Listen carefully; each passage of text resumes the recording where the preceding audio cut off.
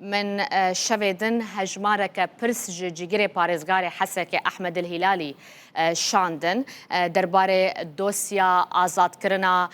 گرتین حسدین کل جمع حکومت مانج برکو ده به آزاد کرنا بش داوی دیلن حسده جیگر پارزگار حسک گوتبو کو افهمو دیلن هاتنا آزاد کرن چند کسین دنمانه کو اوانا بتاوان جدا بتهمت جدا گرتینه لجمع حکومت و ده روبروی یاسای ببه ایجا وی ده برسوا پرسین من ده نها برسف دایه نها برسوا پرسان دایه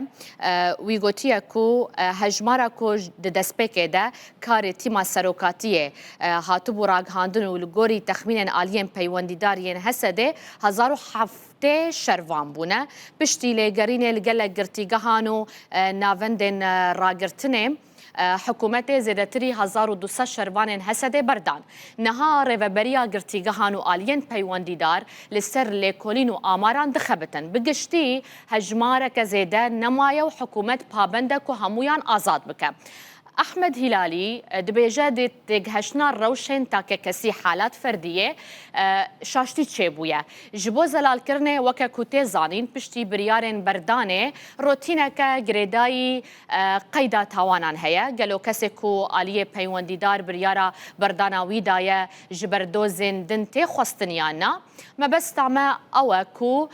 وکه فیش یا تاوانان تی زانین آنکو بریارا بردانا گرتیه که دوزه که دیار کریده دوزن دن بطال ناکه اگر دوزن شخصی آنجی دوزن مافی گشتی ینکو ببریارنامه ین عفویه ین بری نهاتنه گرتن هبن لور ام بحثا چند روشان دکن لپیوستی آوان به چارسریه که یاسایی هیا درباره هجمارا گرتین کود دوزن دن ده تا آمارن زلال نین الگوری کو او دبیجه تشتا کو حکومت پی پابنده او کو گرتن نجبر اندامتیا حسده افتشتا که کومه درباس کریه درباره رکفتنا 29 چلیه دبیجه تاوی کو ام د چاره سرکنا هند دوسیه اندوک دوسیا دادوریه بود درنگ بانه لی مگلک دوسین دن ین گرنگ به افکاریا همو کسین کو دخوازن وی پیواژوی بسر بخن چد عالیه حکومت دبه چد عالیه حسده دبه به داوی کریه وکمیناک دوسیا هلبجارتن پارلمانتوی کو لپارزگاه حسکه خالک دیروکی وک کو او بناف دکه هر وها دوسیا پرورده و هین کرنه کو پشتی چند روزندن امی پشتی چند سالان جرای کم لسرانسری پارزگاه ببین شاهد ازمونن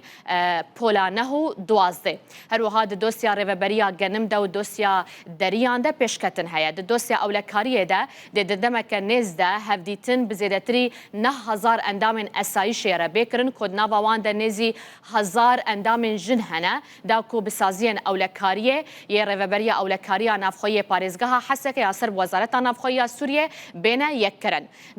درباره مالبات عفرینی لگوری آمار نوان احمد هلالی دبیجه لگوری آمار داویه نزدیکی 1605 مالبات مانه متکزی لسرویه که کریه کوریل بر وگرا مالباتان با آوای کی دلخوازی و بتاکه کسی و کریبه و پیوستی بت تدبیرن اولکارین آوارتن نینه دبکو ام ده هفتیا بیده لگوری داخوازا خلکه کاروانه کیدن آمده بکنش بکو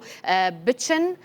عفرینه و درباره کوچبر سرکاریه چاره سری ده هفدم به دنابرا کوچبرین جباجار حسکه بر بسرکانیه و هروها وگرا کوچبرین سرکانیه بر به حسکه